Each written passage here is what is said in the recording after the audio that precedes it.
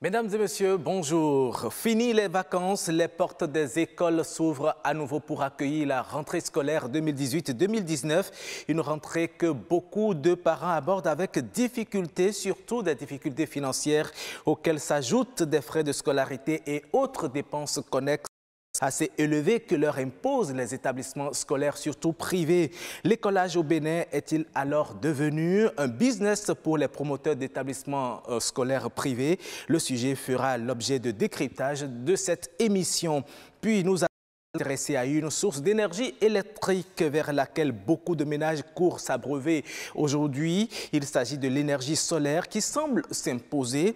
Avec un énergéticien, nous analyserons en dossier de la semaine l'importance et l'opportunité qu'incarne ce type d'énergie pour la croissance économique des pays en voie de développement comme le Bénin. Et dans cette émission Week-Eco, mesdames et messieurs, la revue de presse économique de la semaine vous sera servie ainsi que le mini-journal Questel Espérance Europe Azul s'apprête déjà à vous présenter. Bienvenue à toutes et à tous.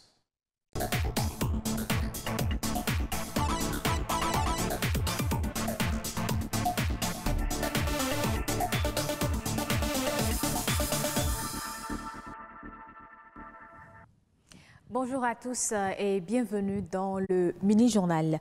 À l'instar de l'Ouganda et de la Zambie, le Bénin vient d'introduire une taxe sur l'utilisation des réseaux sociaux tels Facebook ou WhatsApp. Une taxe qui a provoqué une levée de boucliers dans le rang des associations de la société civile et suscité une vive polémique sur les réseaux sociaux. D'aucuns estiment que taxer Internet, c'est implicitement faire comprendre à la jeunesse qu'elle n'a aucune chance. Pour d'autres, cette décision du gouvernement n'est en rien compatible au développement de l'économie numérique. Dans ce reportage que vous allez suivre, Rodrigue Babagbeto revient sur le sujet avec beaucoup plus de détails. Des appels à se désabonner des pages et profils du gouvernement sur les réseaux sociaux, le hashtag #TaxPaMemo utilisé par des milliers d'abonnés, une pétition ayant recueilli plus de 300 signatures en moins de 16 heures dès sa mise en ligne, tout ceci en guise de contestation. Le décret 2018-341 du 25 juillet 2018 portant imposition de nouvelles taxes sur les communications Internet GSM au Bénin ne fait pas du tout l'unanimité. Pour le secrétaire exécutif de l'ARCEP intervenu sur une chaîne de télévision, deux choix s'imposent aux consommateurs d'Internet au Bénin, voir le service disparaître ou accepter une augmentation.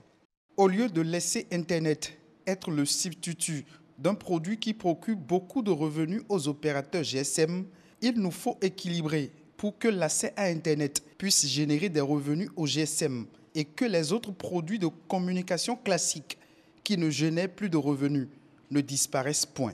L'un des argumentaires annoncés est la perte de revenus des opérateurs de téléphonie mobile et de l'État. Au niveau national, je pense que les statistiques le prouveront, la baisse de revenus sur la taxation des services classiques n'a pas tellement bougé. Par contre, au niveau international, quand vous appelez quelqu'un aux États-Unis, vous utilisez par exemple WhatsApp, Call, ou bien que vous utilisez les services d'appel de Facebook ou bien de Viber, de tout ce que vous voulez, eh bien, l'État ne voit pas passer cet appel-là. Okay? Ça passe directement dans votre forfait Internet et donc l'État ne peut pas ne charge pas cet appel que vous passez. Ce qui entraîne en fait une grosse baisse de revenus pour l'État au niveau fiscal. Le dit décret stipule en son article 3 que pour appel, SMS et Internet, un taux de 5% sera prélevé à chaque opération et pour ce qui concerne l'accès à Internet pour les plateformes de réseaux sociaux ou plateformes OTT, le gouvernement réclame une contribution de 5 francs par mégaoctet. Ça signifie aujourd'hui que si vous activiez un forfait à 1000 francs, d'accord, il vous faudra 3000 pour activer le même forfait hors taxe. Ensuite, il y aura une taxation, bien sûr, les autres taxes qui vont s'ajouter et le coût final va encore augmenter. C'est une bêtise en fait, c'est une sottise. On ne peut pas exposer fièrement à la nation un programme d'action dans lequel on veut faire du numérique un pilier de croissance économique, d'inclusion sociale et tout. Et du jour au lendemain, on prend des décisions qui, dans un premier temps, de façon automatique, vont avoir un impact sur la pénétration d'Internet dans le pays. Pour moi, ça n'a pas de sens, quoi. Une appréciation unanime au sein des consommateurs. Difficile de croire que le Bénin veuille vraiment être une plateforme du numérique dans la sous-région. Les startups aujourd'hui sont considérées comme les moteurs, comme devant être les moteurs de l'économie numérique au Bénin. Donc augmenter les coûts spécifiquement sur les réseaux sociaux pour empêcher les startups de communiquer. Parce que ces coûts doivent être intégrés dans les charges de gestion de ces entreprises. Et donc, quand vous êtes trop cher, le consommateur sur Internet, il ne se pose pas la question, il cherche surtout son intérêt. Donc il ira là où ça se trouve, c'est moins cher. Si déjà, en temps, les choses, pour tout le monde, les choses n'étaient pas faciles avec cette nouvelle décision, ça le serait encore moins, quoi. L'avenir est de moins en moins certain. La taxe prévue pour prendre effet à compter du 3 août ne l'est pas encore. Aux dernières informations, les pourparlers sont en cours entre opérateurs de téléphonie mobile et gouvernement.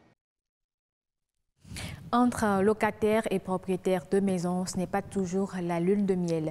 Parfois, ce sont les tribunaux qui les départagent. Pour ces raisons, certains propriétaires préfèrent confier la gestion de leur maison à location à des démarcheurs ou à des agences immobilières.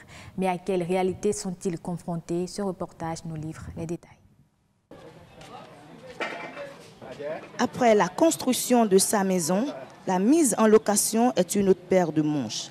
Certains propriétaires préfèrent confier la gestion de leur maison à louer aux agences immobilières, lesquelles expriment une préoccupation dans le choix des bâtiments à prendre en gestion locative. Je vais visiter la maison, sa construction, si ça me convient aussi, parce qu'il y a des zones où je ne vais pas. Donc si la zone me plaît, j'accepte.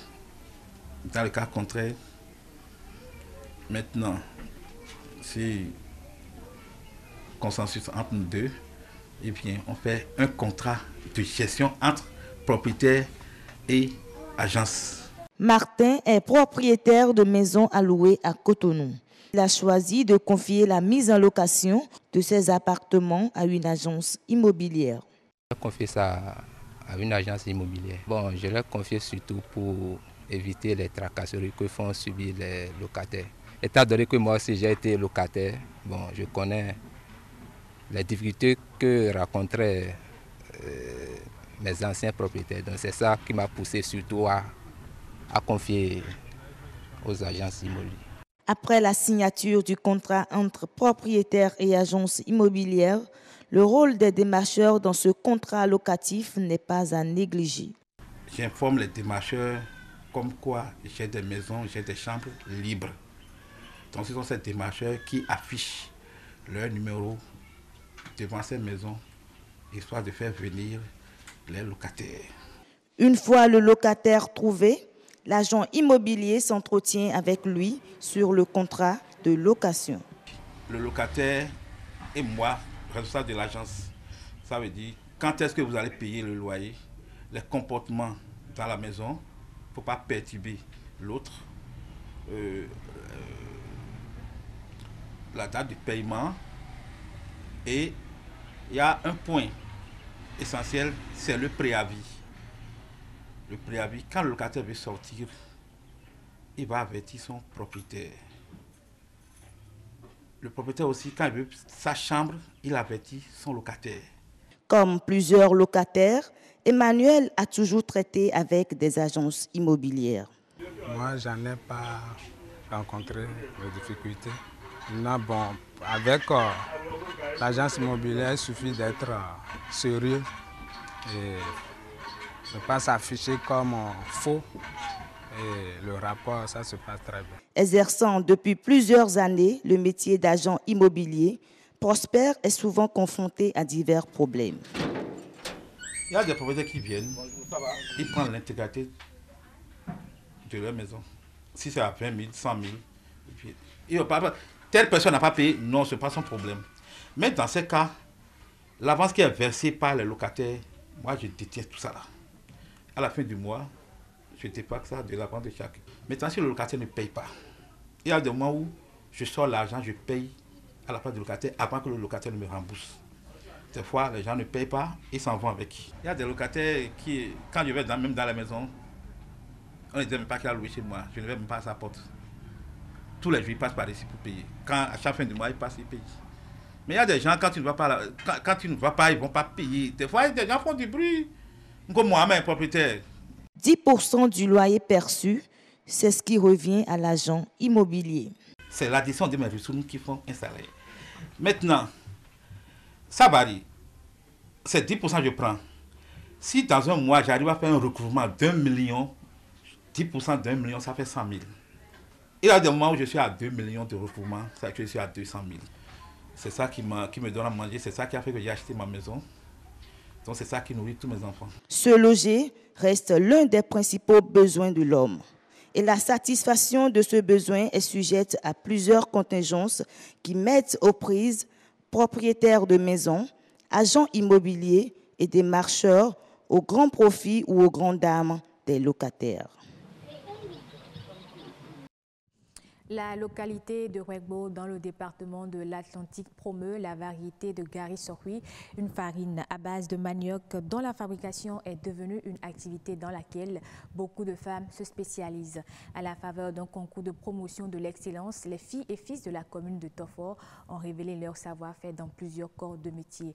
Bruno Hotepo et Patrick Adiabodjou en préparent à l'événement. Reportage. C'est un jury de circonstances constitué d'une vingtaine de personnes investies pour déguster et choisir la meilleure farine de manioc. L'un après l'autre, ils ont goûté au gari sorgho, préparé sur place en présence du public.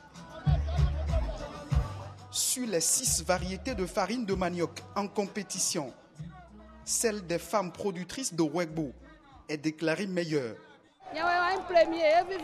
Je suis la première, je suis contente. Produire la farine de manioc est un exercice de tous les jours, mais des occasions pareilles pour révéler nos efforts manquent souvent.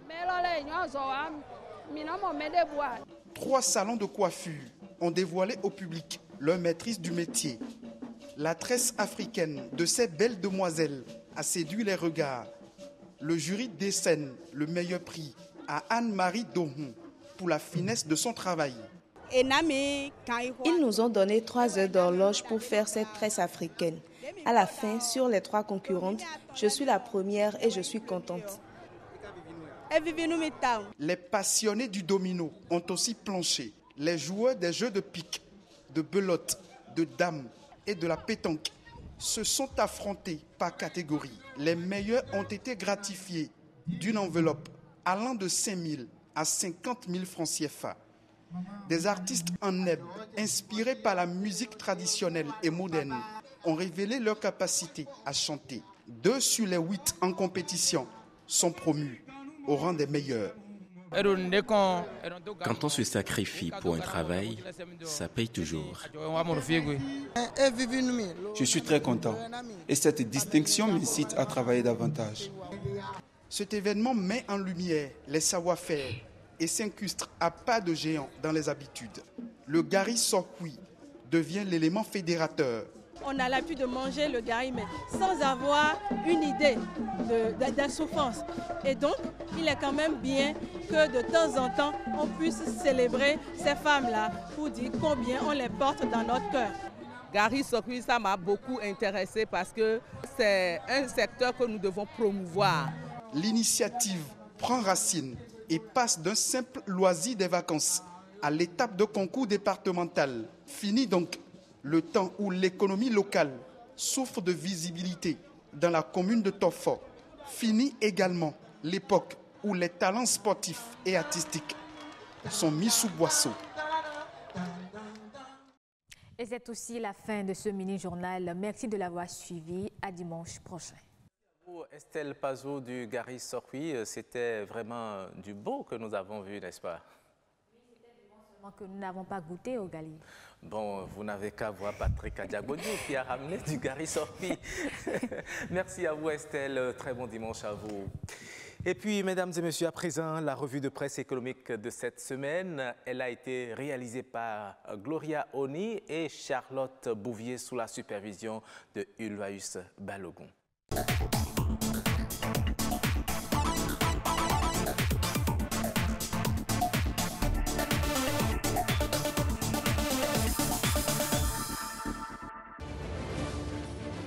Bonjour à tous, bienvenue à l'actualité économique sur Wikeco. Retour sur le voyage du chef de l'État Patrice Talon en Chine et en Turquie. Le matin, placade à sa une des retombées positives pour le Bénin. D'après le journal, lentement mais sûrement, le Bénin se positionne au plan international comme un pays qui fait des efforts pour son décollage économique. De la visite en Chine, on retient que les investissements souhaités doivent s'opérer dans les domaines des infrastructures, de l'agriculture et du tourisme. Mieux, le Bénin va également bénéficier de l'enveloppe globale de 60 milliards de dollars américains que la Chine veut décaisser pour le financement des projets d'investissement en Afrique, prioritairement dans les domaines de l'éducation, l'industrie, la santé, la sécurité et la connectivité. Patrice Talon, après l'étape chinoise, s'est rendu à Ankara en Turquie. Le matin poursuit en relevant que les sujets abordés tournent autour du renforcement de la coopération et des échanges commerciaux entre les deux pays. Ainsi, il est prévu l'organisation des journées économiques béninoises en Turquie. Occasion pour les investisseurs turcs et les opérateurs économiques béninois de partager les expériences et de nouer des partenariats productifs et constructifs pour le Bénin. L'événement précis conclut alors Talon et Erdogan donnent un nouvel envol à la coopération bénino-turque et Aurélien Agbenonsi annonce la concrétisation de certains projets. Sur un autre plan, la nation parle de la prise en charge des patients atteints de maladies graves et de l'institution d'un programme national de soins palliatifs. Son objectif, soulager les patients atteints d'une maladie potentiellement mortelle et les aider à surmonter l'épreuve de la maladie. Ainsi, contre une symbolique somme de 1000 francs CFA par mois, les Béninois atteints de maladies dont la guérison est difficile peuvent bénéficier de soins palliatifs entièrement pris en charge par l'État. Le progrès dans la même dynamique écrit « Accompagnement des malades en phase terminale, l'accès aux soins palliatifs fixé à 1000 francs CFA ». Mais si le gouvernement accorde une oreille attentive aux patients en phase terminale, l'Afrique en marche estime que la paupérisation des populations est plus qu'une réalité. Le journal explique que la Banque centrale des États de l'Afrique de l'Ouest, BCAO, a rendu public un rapport sur les prêts octroyés par les banques dans les pays membres de l'UEMOA et que la situation du Bénin est très préoccupante. Le rapport indique que le financement d'activités publiques et privées au Bénin a connu une baisse de 25% par rapport à l'année 2017. Cette chute, la plus importante des pays de l'UEMOA, révèle une importante déflation et semble être imputée à une mauvaise qualité des réformes entreprises par le gouvernement depuis 2016. Le Progrès s'intéresse pour sa part à l'avant-projet de budget de l'Assemblée nationale et affiche plus de 30 milliards 995 906 403 francs CFA pour 2019. Cet avant-budget a été proposé par des députés de la Commission des finances et doit être validé par l'Assemblée nationale en plénière. S'il est confirmé, ce budget représente une hausse de 100% par rapport au budget de l'Assemblée nationale gestion 2018 actuellement en cours. Cette augmentation s'explique par le fait que le budget couvre 2 législatures, la 7e en fin de parcours et la 8e qui se constituera à partir des élections législatives de 2019. Il s'agit donc de couvrir les achats de véhicules et autres commodités pour les députés. L'événement précis évoque les objectifs du développement durable et les efforts du Bénin reconnus et appuyés par le FMI. Selon le quotidien, le Bénin est retenu parmi 5 pays du monde, dont le Rwanda, pour bénéficier d'une aide financière conséquente du FMI. Il s'agit de réaliser le programme Objectif de développement durable d'ici 2030. Le Bénin a retenu l'attention de l'organisation internationale grâce à ses réformes entreprises pour améliorer les conditions de vie de sa population, notamment dans les domaines de l'eau, de l'éducation et des infrastructures pour la relance de son économie. Ainsi se referme cette revue de presse économique. À bientôt. Voilà donc, merci à vous Iluas Balogun pour cette revue de presse assez fournie. Et à présent, nous allons enchaîner avec le décryptage. Et comme je vous l'annonçais, nous allons parler des dépenses liées à l'écolage au Bénin.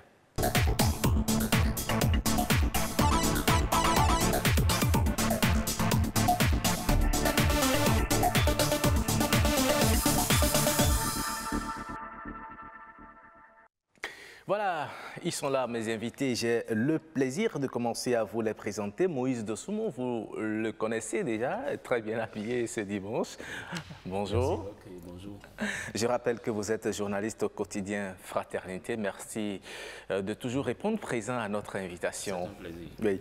Et en face de vous, celle-là, je la reçois pour la première fois. C'est un plaisir pour moi de recevoir une femme dans le décryptage. C'est vrai que j'en ai reçu déjà, mais vous, c'est pour la première fois que je vous reçois. Merci d'être là. Maris Assogbadjo, bonjour. Bonjour. La pleine forme. Ça va, merci.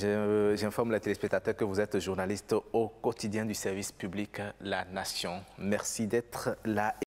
La rentrée. Et mesdames et messieurs, beaucoup de parents se plaignent. Mais de quoi se plaignent-ils réellement, selon vous, Maris Assogbadjo? Merci. La rentrée scolaire a démarré. Ouais. Et comme chaque année, c'est avec son lot de stress. Les parents connaîtront également les soucis, les contraintes liées à la prise en charge des frais d'écolage de leurs enfants. Tout à fait. Et aujourd'hui, l'école, pour moi, est tout un luxe. Un luxe parce qu'il faut payer des fournitures, les établissements de longue liste en ce qui concerne les fournitures qu'il faut payer. En dehors de ça, il y a d'autres dépenses également qui sont liées à l'écolage des enfants. Mais les parents se plaignent surtout de certains frais que je qualifie d'inutiles ou des frais de trop. Par exemple? Oui. Par exemple, quand je prends les frais de réinscription, à mon avis, ce sont des frais de trop. Parce que l'enfant a beau évoluer dans le même établissement de la maternelle jusqu'en terminale, les parents sont obligés de payer à chaque fois ce frais. Justement, vous faites bien de mettre l'accent là-dessus parce que beaucoup de parents ne comprennent pas à quoi est destiné ces frais de réinscription. On dit que c'est pour garantir la place l'année suivante, mais en principe, si c'est pour garantir la place à l'élève l'année suivante, on doit pouvoir déduire cela de la scolarité, n'est-ce pas, Moïse Dossoumo? Cela va de soi à mon avis, mais si les écoles font ça, c'est peut-être pour augmenter la surenchère, pour instaurer ce système-là et faire en sorte que les parents soient obligés de revenir vers elles chaque fois pour débourser plus qu'il n'en faut. Parce qu'il y a quelques années, quand on allait vers les cours privés, on ne payait que la scolarité. C'est cela qui valait l'inscription en réalité. Mais subitement après, les frais d'inscription ont commencé et quelques années après, on assiste à ce qu'on appelle les frais de réinscription.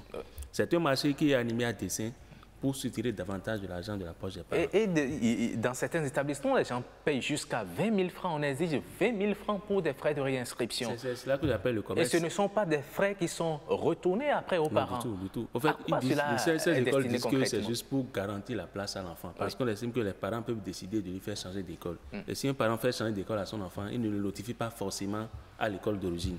Donc ces écoles mettent en avant cet argument pour dire que nous avons des demandes en instance. On veut savoir qui sont parmi les anciens élèves, ceux qui restent, pour qu'on puisse faire de la place au nouveau. C'est un argument pertinent, certes, mais ça ne justifie pas le fait d'augmenter la carotte à ce point. De petits frais de l'ordre de 5 000 francs qu'on peut accepter, mais jusqu'à 20 000 pour garantir une place, je pense que c'est beaucoup trop pour les parents d'élèves. N'oubliez pas toutes les charges auxquelles font face les parents à l'approche de l'année scolaire. Il y a les frais d'uniforme, il y a ce qu'on appelle les frais de chaussures, il y a la nourriture, il y a l'habillement de l'enfant, il y a ce qu'on appelle la scolarité, tout au moins la première tranche. Il y a beaucoup de choses qui rentrent. Apparemment, comme le disait tout à l'heure Maris, l'école aujourd'hui est devenue un luxe. Justement, il y a même certaines écoles qui exigent même un bilan de santé pour les enfants, ou bien de faire certaines vaccinations pour les enfants. Et tout ça, c'est encore des frais supplémentaires que les parents doivent gérer en un laps de temps. Et quand on met tout ça ensemble, on se dit, mais est-ce que c'est encore utile de faire assez d'enfants aujourd'hui parce qu'on est obligé de les éduquer, on n'a pas le choix. Et le fait est que même l'État a démissionné quelque part au niveau de l'enseignement public. Très bien, nous y reviendrons tout à l'heure. Mais Maris, lorsque vous êtes à la recherche de résultats, de meilleurs résultats à la fin de l'année scolaire, il faut y mettre le prix, n'est-ce pas? C'est vrai que la qualité rime avec le coût. Oui. Quand on est à la recherche de la qualité, il faut pouvoir investir les moyens nécessaires pour s'offrir cette Et justement, à la fin des examens de fin d'année, ce sont ces établissements privés qui s'illustrent. Ce que nous disons, ça se remarque beaucoup plus dans les établissements scolaires privés. C'est vrai, le constat cette année... Curieusement, ce sont ces mêmes établissements qui tiennent la dragée haute. C'est vrai. Cette année, par exemple, avec toute la grève qui a secoué l'école, si ce n'était pas les établissements privés, je crois qu'on n'aurait pas eu ce pourcentage de différence. Ça aurait été catastrophique. C'est sûr. Donc, quelque part, il faut saluer le rôle que jouent les établissements privés dans notre système éducatif national. Mais n'oublions pas aussi que la situation ouvre une porte à l'exagération. Je dis exagération, je voudrais compléter à ce que Moïse disait tout à l'heure, en soulignant par exemple ce que ces établissements appellent les frais d'assurance maladie, en dehors du bilan de santé. Frais d'assurance maladie. Ah bon. C'est des frais qu'on institue pour prendre en charge l'enfant, au cas où l'enfant aurait eu un malaise ou bien serait tombé malade. Mais ce n'est pas une bonne chose selon vous? C'est une bonne chose d'instituer ces frais. Mais est-ce que ces frais servent réellement à ce à quoi ils sont destinés? Je ne pense pas. Parce que moi, j'ai eu à faire un constat l'année dernière où l'enfant avait chauffé terriblement. On avait payé les frais d'assurance maladie. Mais je vous assure que l'établissement n'a pas donné un seul cachet à cet enfant pour calmer ne serait-ce que la température. Et on a appelé les parents simplement qui sont venus chercher l'enfant. Et vous n'avez pas réagi? On a réagi, mais ça n'a rien donné. Mais c'est à croire que tel que se fixent les taxes, même la scolarité, qu'il n'y a pas une réglementation en la vigueur. Avant d'en venir là, je voulais renseigner ce qu'elle disait. Même quand vous imposez au début de faire un bilan pour votre enfant, en pleine année scolaire, l'école décide de faire le même bilan, faire venir des médecins et vous faire payer à nouveau pour un bilan de votre enfant. Et ce qui est curieux, quand ils finissent, ils vous disent que votre enfant n'a rien, achetez juste quelques vitamines et puis ça passe. Oubliant que vous avez déjà fait des bilans antérieurs avant d'inscrire votre enfant. Ça a été même obligatoire pour qu'ils acceptent le dossier de votre enfant. Maintenant, pour répondre à votre question, l'école a une fonction sociale. C'est du domaine régalien de l'État. Même si l'État démissionne quelque peu par rapport au cours public, il a le devoir de réguler le secteur privé. Parce que, quelle que soit la performance de ces écoles-là, elles ne font pas des examens privés. Non, pas du tout. Elles envoient des examens nationaux. Et c'est l'État qui gère ces dossiers-là, ces cas-là. Donc, c'est à l'État de réguler ce secteur-là. Pour dire désormais les choses se feront de telle manière. Mais pour que l'État régule ce secteur, il va falloir injecter sérieusement des moyens. Si ces établissements scolaires privés arrivent à avoir de ces résultats, c'est parce que certainement ils mettent les moyens à la disposition des enseignants qui interviennent dans ces établissements. On n'a pas forcément besoin d'injecter de l'argent pour réguler un secteur. Il est vrai que l'État peut accompagner ces écoles-là, justement. Et quand l'État accompagne financièrement une école, l'école est obligée maintenant de réduire ses coûts, de ne plus faire subir certaines dépenses. Cela va de soi, à mon avis. Mais ce que je dis, la régulation dont on parle, c'est la réglementation. Il faut préciser les principes de base. C'est-à-dire l'inscription, la réinscription, les petits frais, la scolarité, tout ça, il faut que tout ça soit limité dans une fourchette et qu'on n'aille pas au-delà. C'est ce rôle que l'État ne joue pas encore. Parce qu'au-delà de la fonction sociale de l'école, ces privés sont censés pour faire du commerce. Et c'est la face cachée de l'iceberg. On nous montre les résultats excellents, alors qu'au fond, ils se cachent du sucre sur le dos des parents. C'est vrai que ce qu'ils font comme rôle est fondamental dans la société. C'est évident, ça va de soi. Mais l'État, parce que c'est une fonction sociale, c'est à partir du pouvoir régulateur de l'État, doit pouvoir, désormais là, nous allons dicter des normes dans le privé de tel âge à tel âge, mais de la matérielle du premier. Je crois que ça sera une décision que... Mais il ne suffit pas d'autoriser les écoles. Il ne suffit pas de les autoriser. Il faut aussi instituer la manière dont ces écoles vont fonctionner. Tout à fait. L'autorisation ne suffit pas.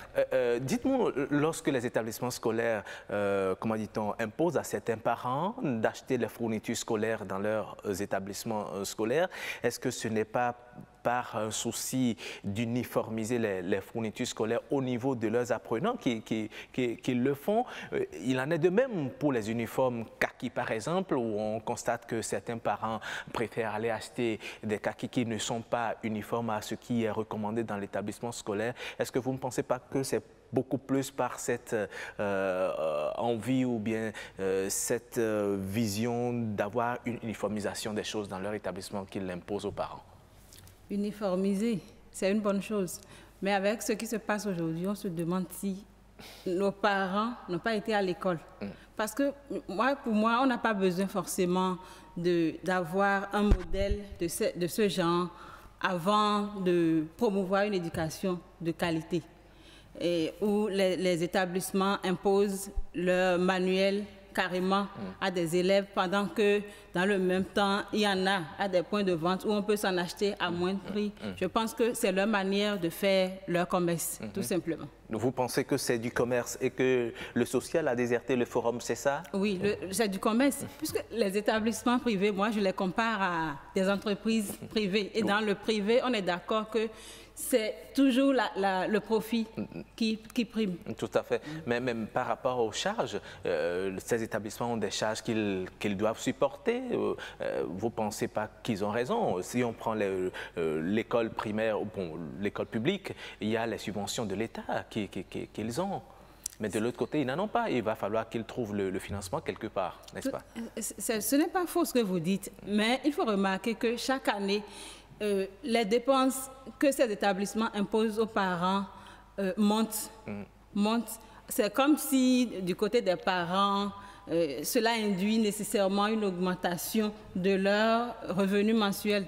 Non. Moïse, est-ce que vous ne pensez pas que quelque part, comme vous avez déjà commencé à le dire, que c'est parce que l'école publique a démissionné aujourd'hui? On se rappelle, les grands cadres, les hauts cadres de l'Afrique de l'Ouest étaient formés dans les écoles publiques et le Bénin était cité comme un exemple dans ce type de formation. Aujourd'hui, beaucoup de parents, c'est à croire que les enfants qui vont dans les écoles publiques aujourd'hui sont des enfants issus de milieux défavorisés. Ce qui est même curieux, c'est que ce sont les mêmes enseignants qui interviennent dans le public qu'on retrouve aussi dans le privé. Donc c'est la preuve que c'est parce que le public n'offre pas les conditions de motivation et d'encadrement optimal des élèves qu'on assiste à cela. Mais l'État ne pourra pas tout faire à la fois. C'est vrai que l'éducation est une fonction clé de l'État. Mais progressivement, l'État peut faire en sorte que le public redevienne la belle.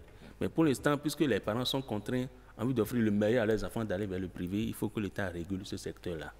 La scolarité, on peut l'encadrer dans une fourchette. Les autres petits frères dans des fourchettes. C'est ce défaut-là qui fait que les privés vont dans tous les sens et imposent les dictats aux parents. Tant que l'État ne dira pas désormais, ce sera comme ça, comme ça, comme ça, je ne suis pas certain que les privés vont arrêter la saignée des bourses des parents. Il appartient à l'État de veiller au grain. Et comme je l'ai dit, c'est l'État béninois qui forme ses enfants.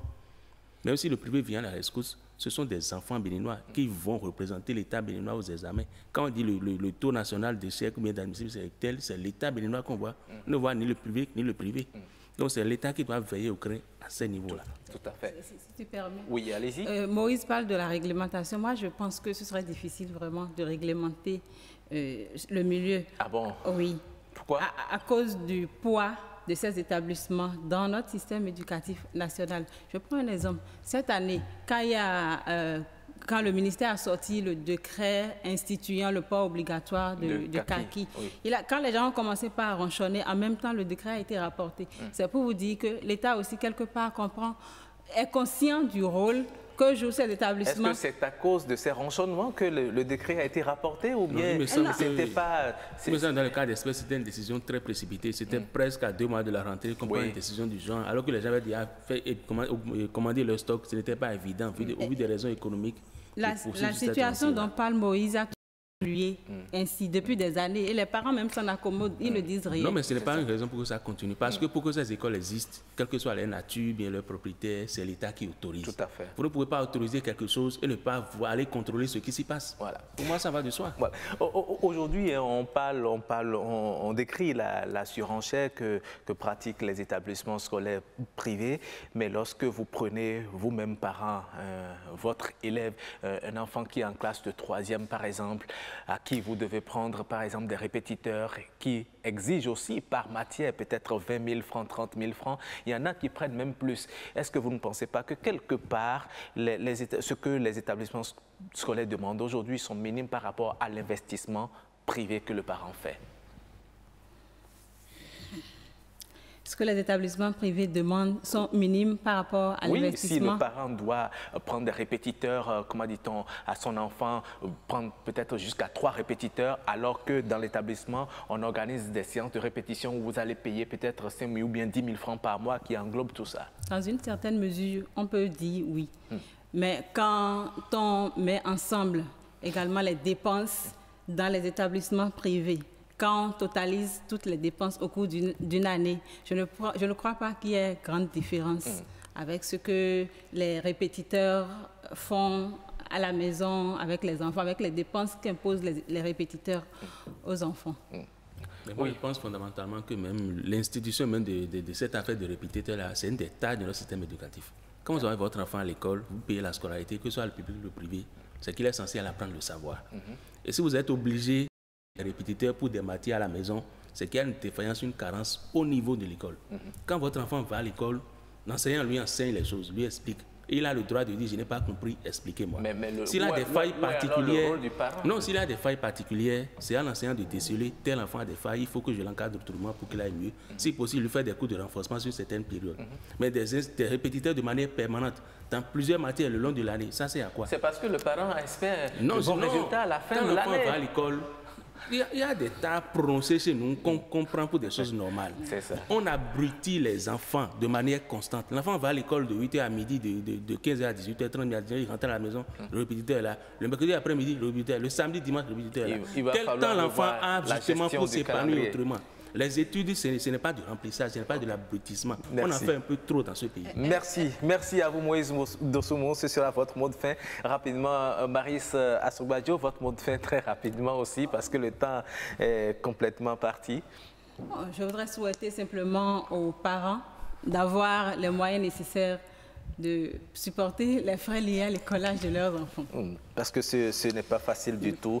Et il va falloir également que l'État travaille à restaurer la valeur de l'école publique aujourd'hui, parce que les enfants qui fréquentent l'école publique sont considérés un peu comme les enfants dont les parents n'ont pas les moyens. Et si vous êtes un parent aujourd'hui, vous avez envie d'envoyer votre enfant dans une école publique, eh bien, c'est votre femme qui s'oppose parce qu'il y a les grèves, etc. En tout cas, il va falloir restaurer la valeur à l'école publique béninoise aujourd'hui. Merci à vous d'être passé dans cette émission, contribuer à l'enrichissement de ce débat. Et nous allons tout de suite enchaîner avec le dossier de la semaine. Et comme je vous le disais en introduction, nous allons parler d'une source d'énergie vers laquelle tous les ménages pratiquement courent aujourd'hui. Il s'agit de l'énergie solaire.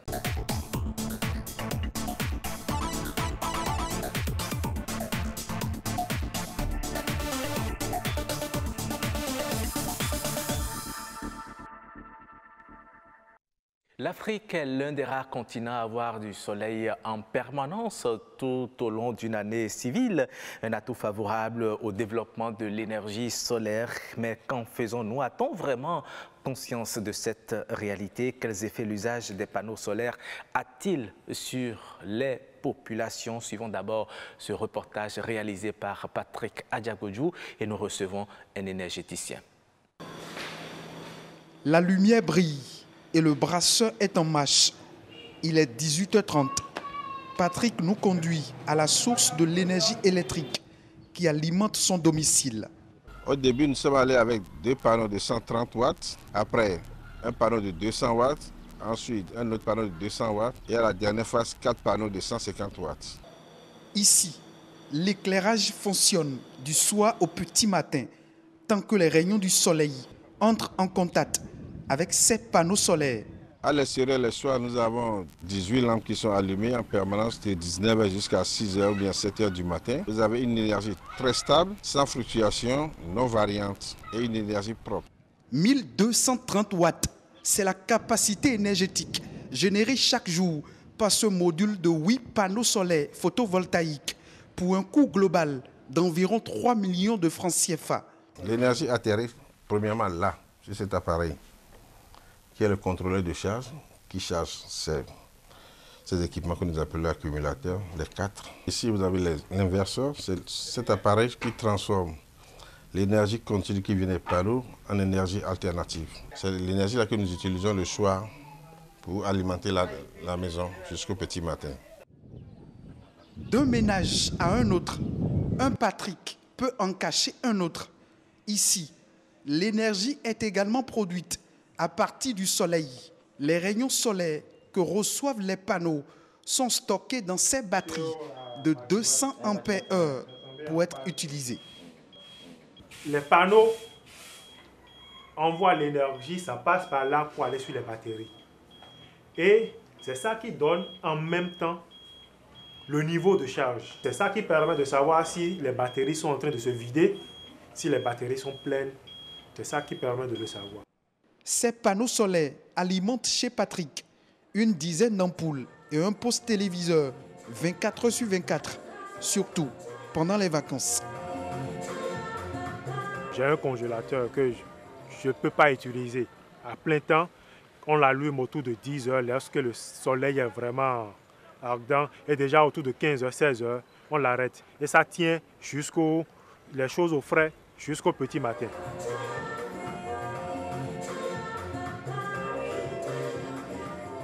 Tout ce que nous voyons aujourd'hui m'a coûté environ 2 millions. Et il faut avouer que je ne suis pas allé, je n'ai pas sorti les 2 millions en bloc. Je suis allé progressivement parce que c'est un système, on peut faire l'extension au fur et à mesure. Résistant aux intempéries, mais attention, la durée de vie des panneaux solaires dépend de l'usage qu'on en fait. Si le panneau doit faire 15 ans, si on n'entretient pas, ça peut mourir après 8 ou 10 ans.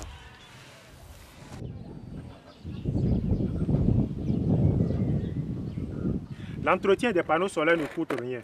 Il suffit juste d'un petit seau d'eau, d'un chiffon, et puis le tout est joué.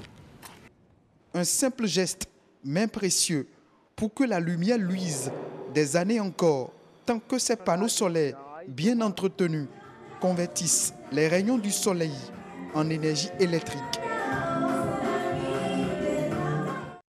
Voilà, merci à vous deux, Patrick, qui font l'expérience de l'énergie solaire. Un reportage réalisé par un Patrick, c'est pratiquement la chose des Patrick qu'on est tenté de dire. Bonjour Patrick. Bonjour Roch. Vous réalisez votre plaque solaire quand? Bientôt, hein, Bientôt. Parce que c'est la dynamique des Patrick. D'accord. Bon, nous recevons notre spécialiste, hein, il s'appelle Arcadius Jaito, c'est bien ça? C'est bien cela, mon cher. Vous êtes énergéticien. Merci d'avoir répondu à notre invitation. Merci à vous plutôt pour m'avoir invité sur ce plateau. Voilà, vous avez suivi le reportage. Qu'est-ce que cela vous inspire très rapidement? Très bien, j'ai suivi le reportage de Patrick qui a installé le panneau solaire exactement chez lui à la maison.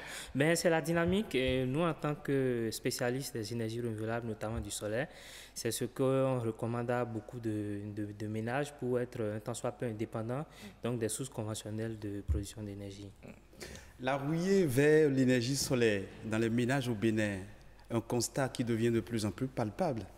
Pensez-vous que le soleil est une source d'énergie électrique inépuisable? Mon cher Patrick, parce que tant que le Créateur chaque jour va nous gratifier d'une nouvelle journée, le soleil brillera toujours. En tout cas, c'est ce que l'on sait, c'est ce qu'il en sera jusqu'à la fin des temps, si fin des temps existe effectivement. Vu sous cet angle, on est tenté d'affirmer que le soleil rend désormais un grand service aux Béninois. Quels sont les impacts économiques de cette énergie sur les ménages qui utilisent les panneaux solaires? En fait, pas forcément sur les Béninois uniquement, c'est devenu un tollé général en Afrique et notamment en Afrique de l'Ouest où tous les pays sont en train de courir donc vers l'énergie solaire qui se justifie par le fait que les énergies conventionnelles ou du moins les sociétés qui suppléent à l'énergie dans les ménages, notamment au Bénin ici la SBE, ont parfois des limites donc, sur la qualité de l'électricité ou sur la disponibilité à plein temps. Donc il y a un souci en fait de ce qui justifie vraiment d'avoir une indépendance vis-à-vis donc de ceux-là. Donc si vous demandez l'impact économique, bon déjà il faut séparer les installations, c'est-à-dire ce que je fais chez moi à la maison, et les installations également qui me permettent de faire des activités économiques telles que chez le coiffeur ou bien dans une poissonnerie et autres. Donc à la maison, si on arrive à estimer le coût en fait, de pouvoir bien dormir la nuit parce que on a l'énergie solaire qui nous donne le ventilo et que le lendemain, on n'a pas le stress psychique ou psychologique pour aller au boulot et qu'on donne un bon rendement. Si on arrive en tout cas à évaluer ce coût-là, là, on peut faire une analyse économique. Je ne sais pas si vous voyez. Donc, c'est réellement un problème d'indépendance, c'est réellement un problème de, comment on l'appelle, de satisfaction, d'avoir accès non seulement à tout ce qui est éclairage, mais également à l'information avec sa radio. Et puis, mais ce qu'on constate, aujourd'hui, on trouve ces panneaux solaires un peu partout que les babas vendent, c'est-à-dire, vous savez de qui je veux parler. Oui, vous parlez des commerçants qui au bord de la rue. Au bord de la rue.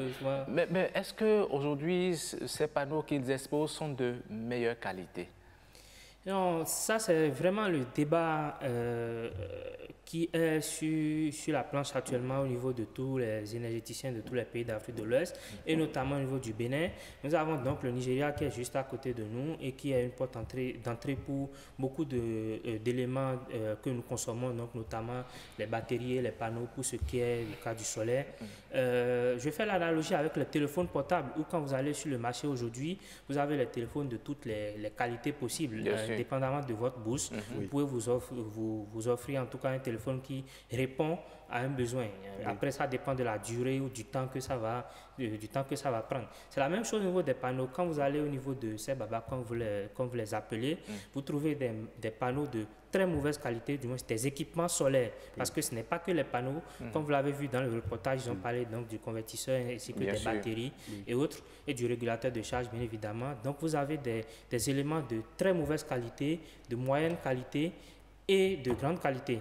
Et nous aurions également appris qu'il y a des panneaux recyclés, c'est-à-dire les venus. Voilà, en fait, c'est le recyclage, en fait, c'est pas ça. Et il paraît que ça, là, c'est plus résistant. En fait, le thème n'est pas, c'est pas forcément le thème juste, c'est pas des panneaux recyclés, c'est des panneaux qui ont effectivement été utilisés en Europe et qui, pour une raison ou une autre, les centrales sur lesquelles ils ont été utilisés ont été démantelées. Donc, en Europe, vous savez, pour que du matériel circule sur l'espace européen, ils fixent entre eux donc des normes minimales de qualité que tout fournisseur ou tout fabricant doit respecter. Donc, qu'est-ce qui se passe? Eux, ils disent, nous, on a besoin de cette qualité d'éléments, d'équipements, ils les utilisent et quand ils utilisent peut-être 5 ans ou 10 ans, ils disent, bon, je n'en veux plus, je veux en acheter un autre, un tout nouveau. Tel ça, ces équipements ne sont pas arrivés encore en fin de vie. C'est comme les voitures d'occasion. Et là, on les balance en fait vers les marchés africains, on les utilise maintenant. Par rapport à la qualité, ça dépend de... bon, si vous l'appelez ainsi, évidemment. Donc, ça dépend de ce avec quoi on le compare. Si on le compare avec le matériel chinois qui n'est pas, parce que attention, en Chine on fabrique la très bonne qualité, on fabrique la basse qualité. Ça dépend de ce que le commerçant demande. Ça dépend de ce que l'acheteur demande. Donc quand on le compare avec ce matériel là et qui court les rues aujourd'hui, on peut dire que le matériel venu est nettement meilleur en termes de qualité que le matériel même neuf chinois. Donc c'est ça qui fait un peu l'amalgame en fait entre les types d'équipements. On vous comprend aisément. Vous êtes expert en énergie renouvelable. Je voudrais bien comprendre ou connaître les opportunités d'emploi qu'offre l'énergie solaire. Très bien, merci beaucoup Patrick pour cette question. Vous savez, aujourd'hui, tout le monde parle d'énergie renouvelable, notamment du solaire. Comme je le dis, dans tous les pays d'Afrique de l'Ouest, on en parle. Il y a des écoles même qui ont commencé à s'orienter uniquement vers la formation de cela. Si vous voulez aujourd'hui vous faire une installation chez vous à la maison et vous ne voulez pas que d'ici 3 mois, d'ici 6 mois, que vous appelez un technicien pour venir faire la maintenance, ou bien que dans la nuit profonde, le système s'arrête et que vous soyez dans le noir complet, dans la chaleur, vous devez faire appel, non, puisque vous êtes le client, vous faites appel donc à un technicien qui est formé. Donc cet technicien formé là, ça ouvre en fait la porte à tout un autre marché. Donc avant on avait le marché donc des électriciens classiques qui faisaient les installations à la maison, vous changez une ampoule, vous mettez votre ventilo et ainsi de suite. Et maintenant il y a des techniciens spécifiques qui doivent être formés en fait pour les installations solaires. Donc ça ouvre un nouveau marché où beaucoup de gens peuvent se convertir. En tout cas, les gens qui ont une base minimale en électricité peuvent se convertir et commencer à exercer. Pour installer les panneaux solaires dans son domicile, ça coûte cher? Ben voilà, vous avez suivi l'élément où Patrick a dit qu'il a dépensé 2 millions. Ah. Oui. Effectivement, Patrick a fait le choix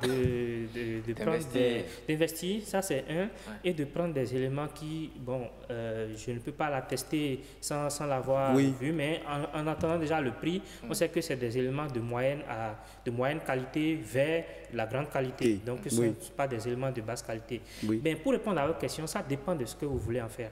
Est-ce que vous voulez juste avoir quelques lampes d'éclairage et peut-être un ventilo, et là vous êtes en train de dépenser autour de 500 000, ou vous voulez faire comme Patrick et avoir votre grande télévision LED et puis le frigo à temps partiel et puis tous les ventilos, là effectivement vous êtes entre 2 millions et 3 millions.